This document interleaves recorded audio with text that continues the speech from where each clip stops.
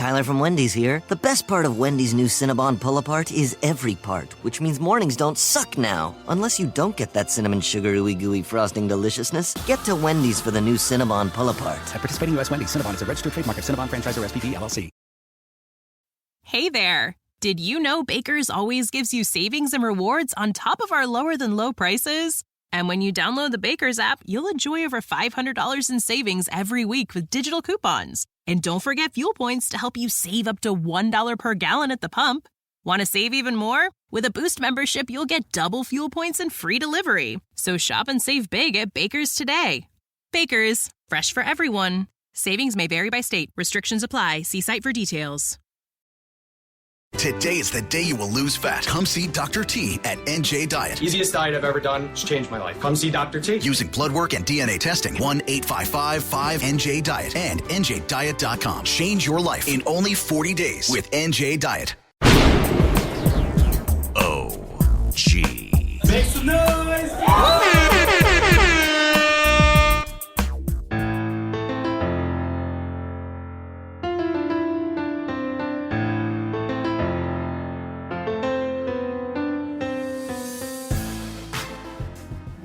I kept thinking of Masta Ace's classic Disposable Arts as I kept listening to my next two guests' album. I wasn't thinking that they obviously copied the album. I just was amazed to hear something that connected in such a way that was a complete album. Each track is together, woven perfectly. The skits support the songs supports the skits. The beats are amazing. The voice of the MC is amazing. The album's called Breukelen Story. With that, I want to welcome Marco Polo and Masta Ace to the library with Tim Einenkel. Thanks, What's guys. going on, Tim? Epic intro. Clap it up, y'all. Yeah. Here we go. Come on. And thank you for comparing it to Disposable because that is my favorite Masta Ace album. So that's dope. We all trying to live, so we all grind. And then we started saying Crooklyn. No, of course. So the album obviously starts out with a conversation with you and your dad about moving to Brooklyn. Yes. I am a Washington Heights kid, so I'm going to take offense to that. No, just joking. Why Brooklyn? Like, I mean, what is, a kid from Canada? Is it just thinking about Brooklyn? I mean, there was a couple other pieces in the puzzle of the journey, but why I ended up in Brooklyn is really I needed a place to live. And it was like what's available through my small network of people, and a friend of a friend just said basically, I have a friend, he has a room. At that point, I didn't need to hear anything else. It was yes. Where do I sign up? I am about to be homeless in New York. I have an internship at the studio, and I ended up in the downtown Brooklyn area, and I've been there literally since 2002. What were your first impressions when you got to Brooklyn, from a personal standpoint, but also from a music standpoint? Fear is the first one, just because living in the suburbs of Toronto, Canada, which is definitely, you don't have to think about certain things. And then my introduction to hip hop, and through the music, just learning about New York, there's a bit of like, they paint a picture. Yeah. You know what I'm saying? And so when I got there, my neighborhood seemed cool, but it's a big park there. My roommate, who was born and raised there all his life, was telling me the stories of every night them pulling bodies out of Fort Greene Park, but now I'm looking in the park and I'm seeing people walking their dogs. I'm seeing kids. So things were changing, but I definitely had my guard up when I first moved to New York. And when I first moved to New York, there was even a different energy going to concerts and rap shows. I felt like I would go to shows, and at any moment, sometimes something could happen, which is so different than how it is now. So fear mixed with excitement, to sum it up. Ace, what's your earliest memory of Brooklyn for you? For your personal, but also for your music. Well, my earliest memories of Brooklyn is my childhood. That's my entire childhood. I was born and raised in Brownsville, Brooklyn. It's all I knew. I didn't know about a world outside of Brooklyn. I didn't know about other boroughs. I heard about them, but I had never visited any other boroughs. And my neighborhood was really all that I had to go by. And so I thought that all of Brooklyn was the same way. We played different games in the neighborhood, and we had tons of fun as kids. There was a swimming pool in our projects right behind the building, so we went to the pool during the summertime. Literally every day we were in there for 3 hours, 4 hours, playing around in the swimming pool. And then the DJ, around dusk, the DJ would bring out equipment out into the basketball court and set up turntables and big giant bass bottom speakers and start playing music. And What year was that? Man, that was probably 78, 79. So you weren't hearing rap songs. You were hearing disco and breaks and Disco. stuff like that. Straight disco. You know, Good Times, Bounce Rock Skate, joints like that. And, you know, the older kids, because I was too old to really be in the park, so I would be on the outside looking through the fence, and the older kids were in the park dancing, smoking weed, just partying, like afros. Everybody had afros. I have a question now. Did you ever, because one of a classic New York thing in my mind is when you go on a block and you see the fire hydrant unscrewed and water spraying and kids playing in it. Did you guys do that? Or did you know how I personally didn't Probably do as that. a kid, you didn't have the technology. No, I mean it was happening directly in front of my building, but it was like a no-no. And so my grandmother was very much a stickler for rules and regulations, and But somebody did it. that was illegal. So I would literally sit in my window, 7th floor, and look right down at all these kids, shirtless kids, running around through this gushing fire hydrant. And there was this technique where they would take a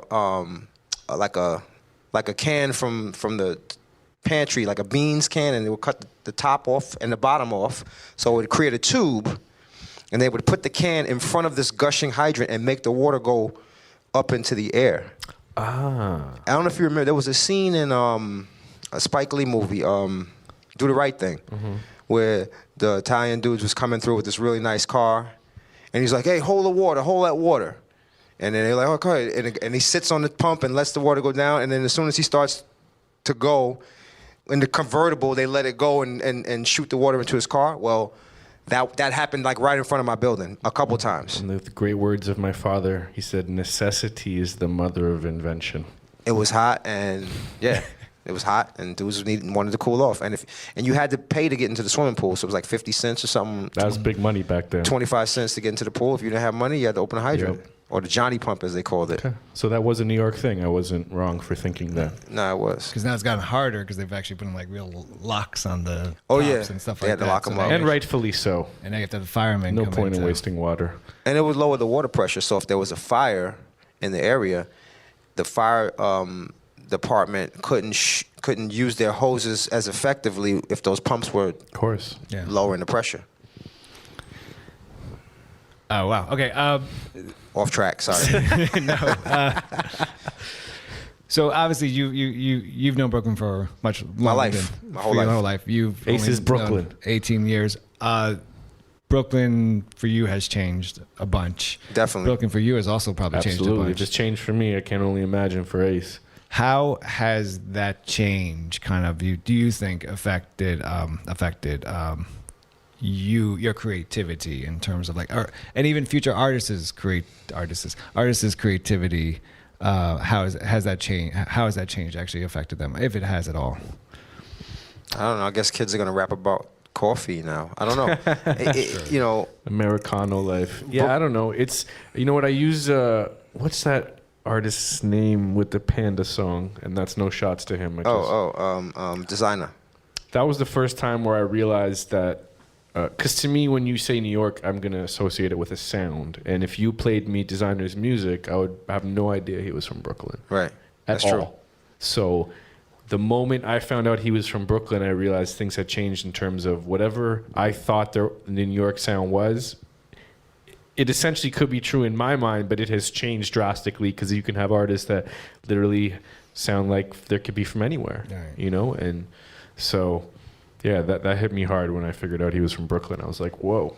Some of that is, to me, is based on what New York radio has turned into, because these kids, they grow up on what they hear on the radio. They're 5, 6, 7 years old.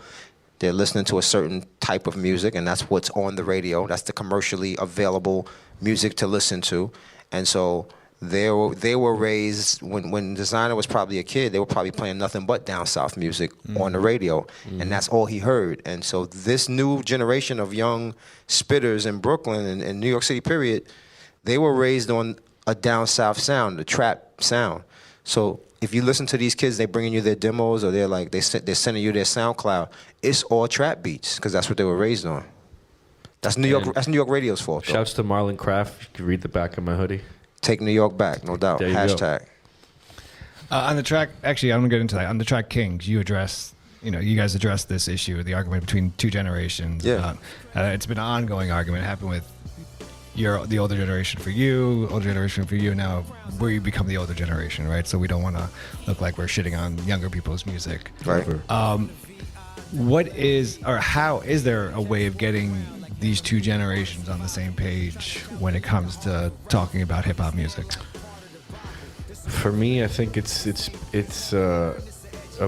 having a mutual respect and open-mindedness to at least hear each other. It's just have a discussion to start there. Listen to both sides, and basic stuff for me is just dialogue. Yeah. He said it, he hit it right on the head. It starts with that. It starts with conversation and dialogue. The song with me and Marlon Craft on the album, which is called Wannabe, is kind of like, to me, that dialogue between two generations, the conversation.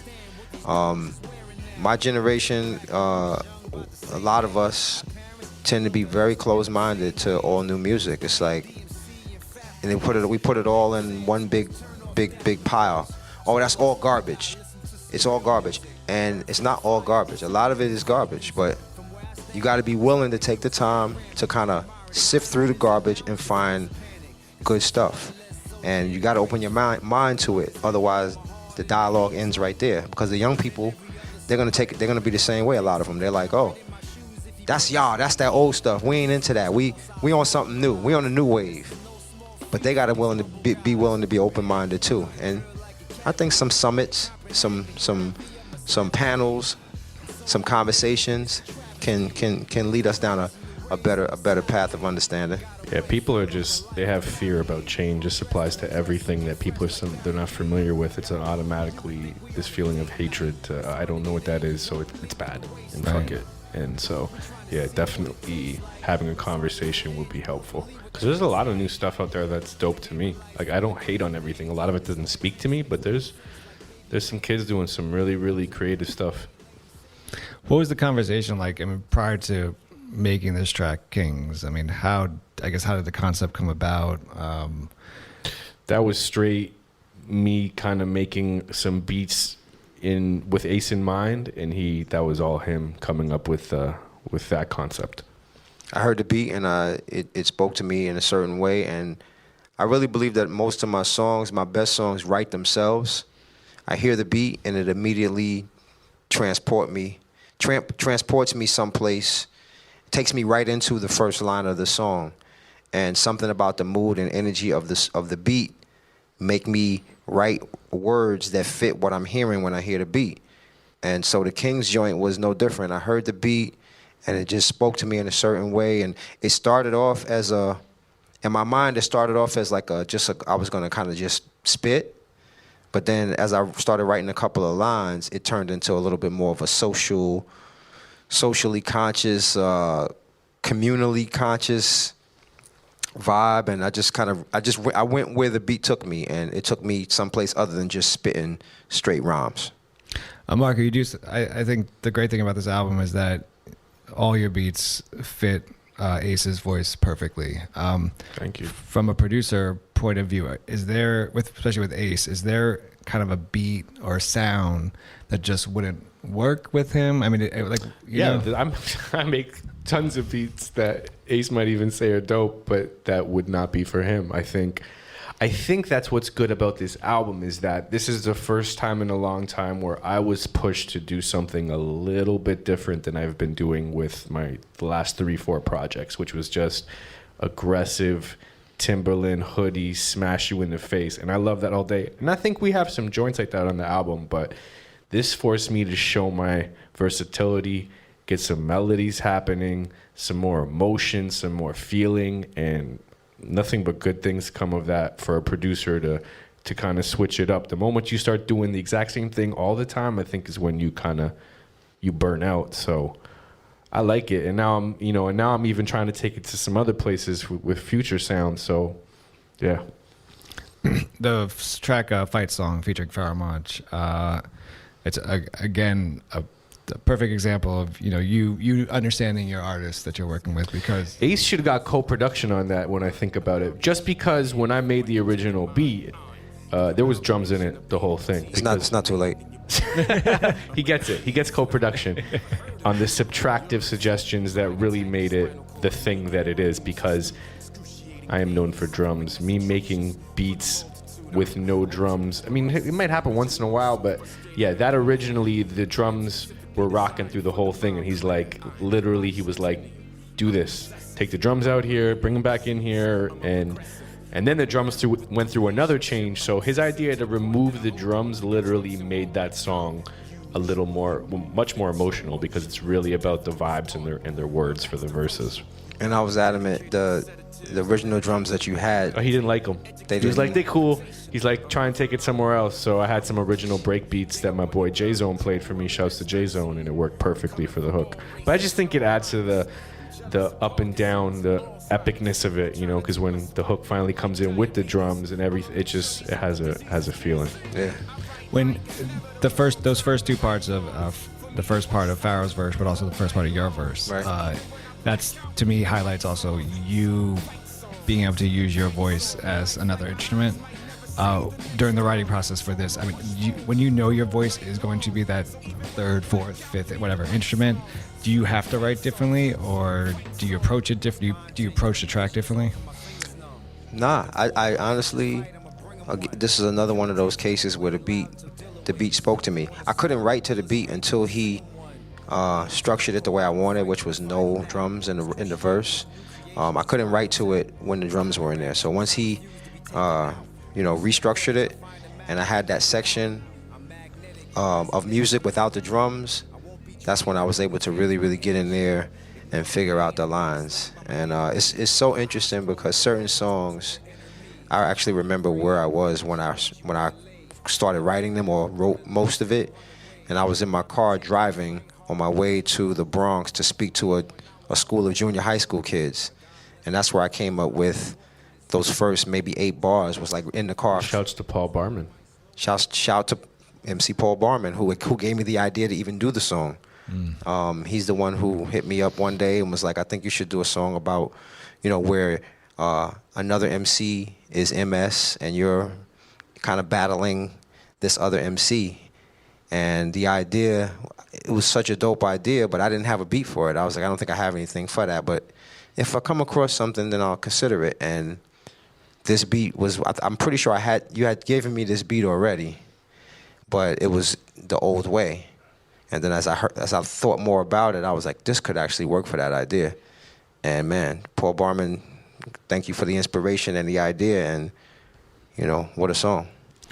How did you guys know Pharoahe? I mean, how did you guys know? I mean, to say you can't just ask any MC to become multiple sclerosis. Like, I think we both, one of the good things about working with Ace and me is I think I could be a little more random, but it's not just he's dope, put him on the track. It's like, let's really think who would sound good on this, who's appropriate, what makes sense. And who can pull it off. Right. Yeah. And that's, I'm fortunate enough to have worked with Pharoahe and have a relationship with him. And, it had to be some over-the-top, special skill set MC shit. And I knew he would get it, and I knew he could become the character we needed, and she sure did. Like we said, this album kind of takes us on, I think, your hip hop journey. Yes. And you use that through skits, voicemails, etc. Yes. In terms of beats, how do you? I mean, you obviously have the vocal, right? So I could understand vocals more than I could understand beats. So to say, in terms of talking to me, how do you ensure that the listener, through your beats, are going on this kind of hip hop journey with you to New York? I mean, you mean when I'm making them? When I'm mixing them? I guess when you're making them. I mean, the hard part is over once I make beats that Ace is inspired by. That's really the most difficult part, is because he's a picky guy, which is great. It forces me to really push it. Once we had those picked out and laying down songs, then I go into my nerd zones where kind of Ace fell back and he let me nerd out with the mixing and we would do drops together, but like really getting things sounding a certain way and the clarity and mixing vocals and the skits and all that was all was written by Ace and the arrangement. But yeah, man, that's what I love to do. I love to mix, master, and be involved in how things can sound, make it sound big and better. And sonics are really important to me, although I'm convinced literally 20% of the world will notice the things that I do and everyone just hears the same shit. Right. It's for us. Still Lover, one of my favorite tracks on the album. Mine too. It's your ode to hip hop. Why now? Why have this track? I know it was 2018 when it was released, but why have this track now? Why give that ode? Ever since Common did his version of the same concept, I used to love her. I always thought that was a dope song, a dope concept, and it felt like after that many years, it was time to kind of do an updated version of it from my own perspective. Because hip-hop had gone through a bunch more changes from the time that Common was talking about it to now. There's been a lot of different, changes and things that the culture and the music has gone through. So I thought, let's talk about it in terms of right now and how she's gone from there to here. And so that's what I did. I wrote it from that perspective, and that's one of my favorite tracks on the album as well. Oh, what's your favorite way, from a kind of a producer point of view, to give your ode to hip hop? My way to give my ode, I think, is just to not be whack and push myself to be as great as I can all the time. And studying. This is really important for me, but studying where all this came from, I feel like it's really important to study, respect, see where things came, how they're changing, and what I could do through my beats that could be different, not really bite, but like take that energy and do my own thing, I mentioned Disposable Arts at the beginning for the intro, and as I was listening to Still Love Her, I could only think of the track Hold You on that album, which was also another, a letter to hip hop as well. And you mentioned it before in your answer, but what do you think for you, what has been the major change from when you wrote Hold You in 2001 to Still Love Her now?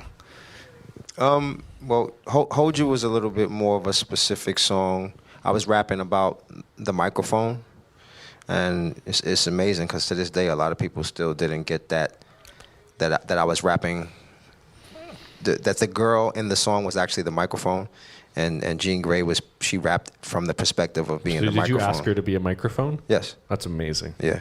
Love stories. But it was just I think I was kind of in the same space mentally in terms of the technique that I used. Turning an inanimate object into a person. In both cases, it was a female. But for me as a writer, those are like great challenges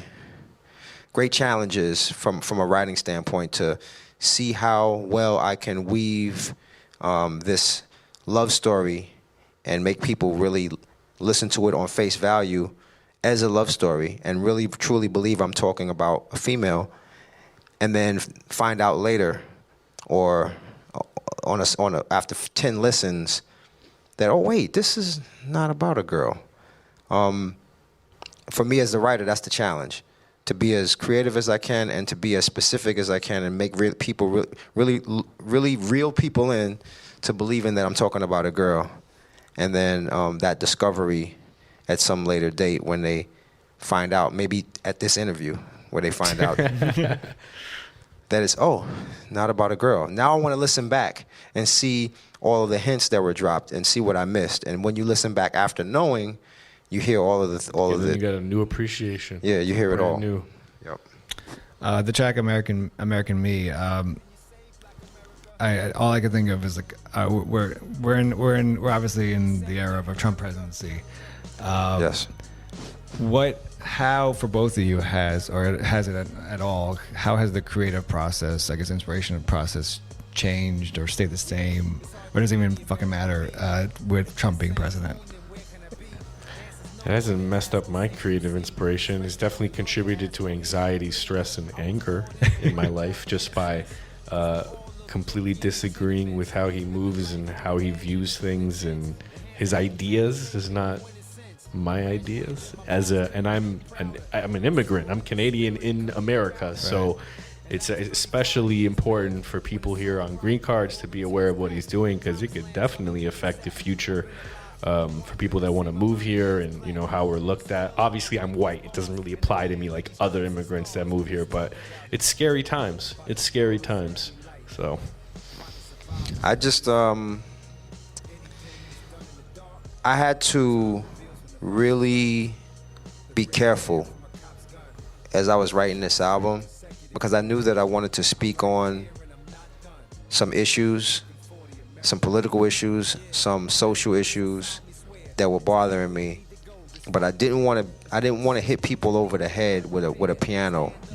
Mm-hmm.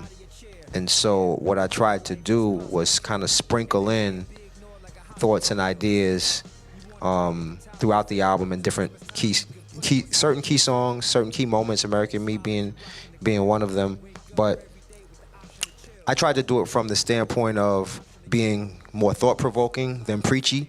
And so you'll hear me ask questions on songs, but not answer them, because I'm leaving it up to the listener to hear the question and then to come up with their own conclusion as to what that answer to that question is. So it's just kind of my way of, creating dialogue within us, within ourselves. I don't necessarily give you my point of view on certain topics. I just raise the questions that we can, potentially talk about at a later date. Do you think, just music in general, do you think it's become more important now, or is it the responsibility of music to continue to ask these questions? It's always been important for artists in their music to ask questions, to push the envelope, to test the status quo. And, I understand that not every artist is going to feel comfortable doing that, feel qualified to do that. Maybe cats are a little bit too young. Maybe they didn't pay attention, they're not paying attention like that. I mean, I think about when I was 18, 19, I didn't care anything about politics. I didn't know what was going on. All I knew was as long as it didn't, as far as I could tell, affect my day-to-day, I was good. Mm-hmm. So, I mean, I think a lot of young people might, mentally might be in that place. But for those artists that have that platform and can do it, I think that it's absolutely important. It's part of music. It's always been part of hip-hop to be socially conscious and to speak on topics. And hopefully, hip-hop's voice will continue to do that on some level.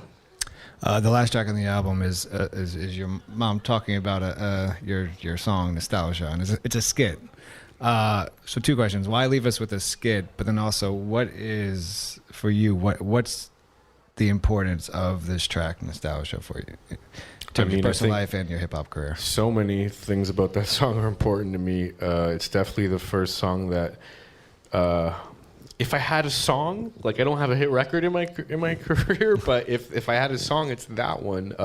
But more importantly, it's the catalyst, I think, to this album happening.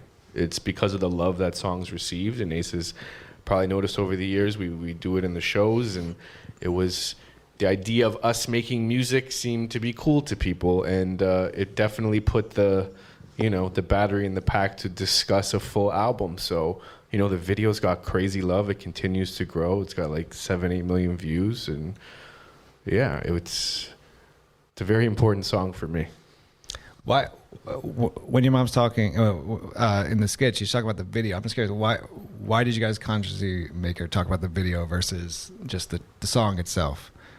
I don't think that was anything it was probably just an Ace writing thing. Yeah, it wasn't an overthought. It wasn't. I overthought that one. Yeah, you're welcome.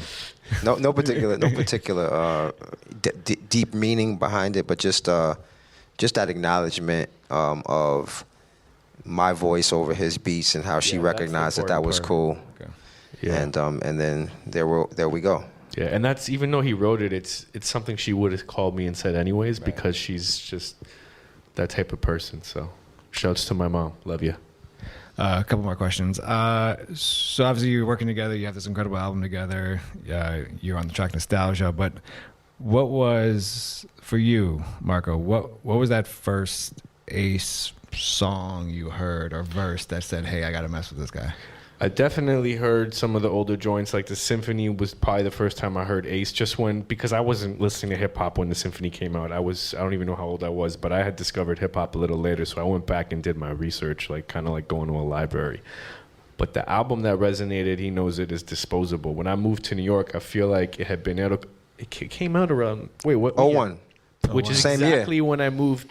So I remember going to Fat Beats to buy records. And Don't Understand. I remember I walked into Fat Beats one day and Don't Understand is just blaring, and I'm like, what is this? And then that album was really important to me because I connected to me moving to New York. So the irony of this album being a part of that time frame and me coming up to me now doing an album with him is so bugged out now that I think about it. But yeah, emotionally, Ace was going through some things during that time. And probably didn't want to rap anymore and was trying to figure out the next move. And all that went into, like, I just feel the emotions. Tracks like Dear Diary, No Regrets, and just like when Acknowledge comes on during the shows, I still get like so hype as many times if we've played it. So yeah, that's that whole album is my shit. Good job, buddy. It's a good album. Thanks, Marco.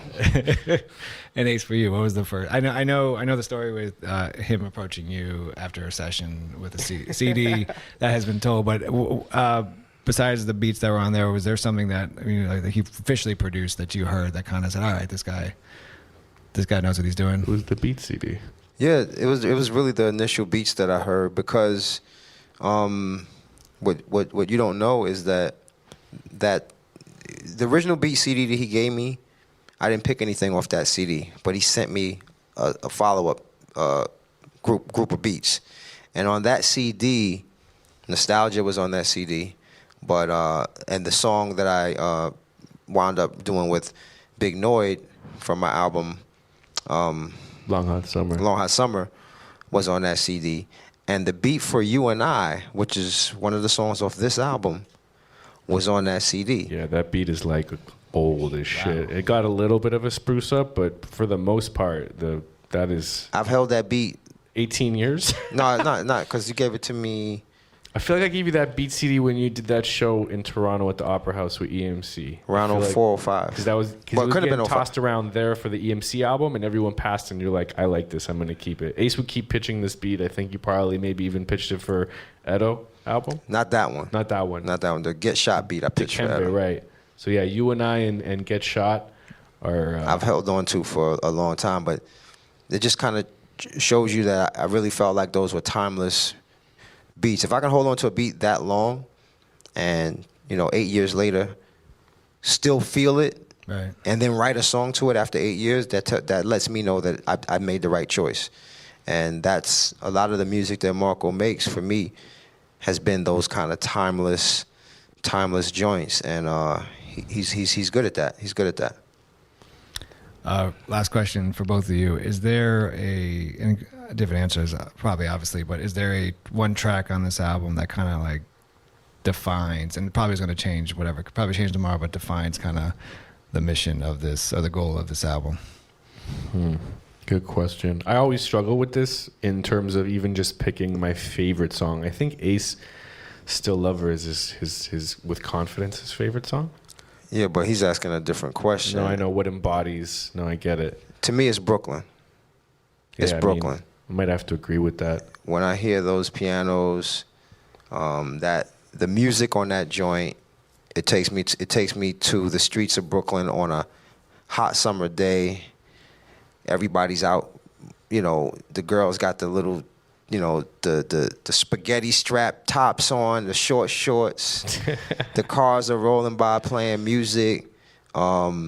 And the drums come in and smash you in the face. It's just so hot that nobody wants to be in the house. So everybody's outside of their house, and you can look up in the window and hear air conditioners going, and you can see water dripping from the air conditioners. Some people got fans in their windows, and it just feels like Brooklyn on a hot summer day, and it really sums up the whole entire album for me, anyway. I can't even argue that. I'm just going to cop out and agree with Ace on that one. It is. That's the defining song for the album. Works for me. Marco Polo, Masta Ace, new album, A Breukelen Story. Incredible album. Thank you. Thanks, man. Thank you, too, for being Thanks to everybody for coming out. Yes. Appreciate y'all. We'll do meet and greet later. Don't worry about it. Peace anonymous. I'm just trying to honor this place that we call home. Brooknom. Look, I'm really just trying to make you proud like, look, Mom. I'm trying to make you smile like, look, Dad.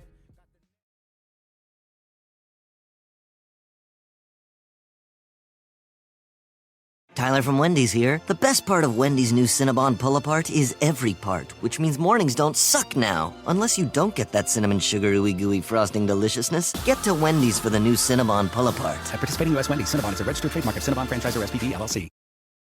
Meet the next generation of podcast stars with SiriusXM's Listen Next program, presented by State Farm. As part of their mission to help voices be heard, State Farm teamed up with SiriusXM to uplift diverse and emerging creators. Tune in to Stars and Stars with Issa, as host Issa Nakazawa dives into birth charts of her celeb guests. This is just the start of a new wave of podcasting. Visit statefarm.com to find out how we can help prepare for your future. Like a good neighbor, State Farm is there.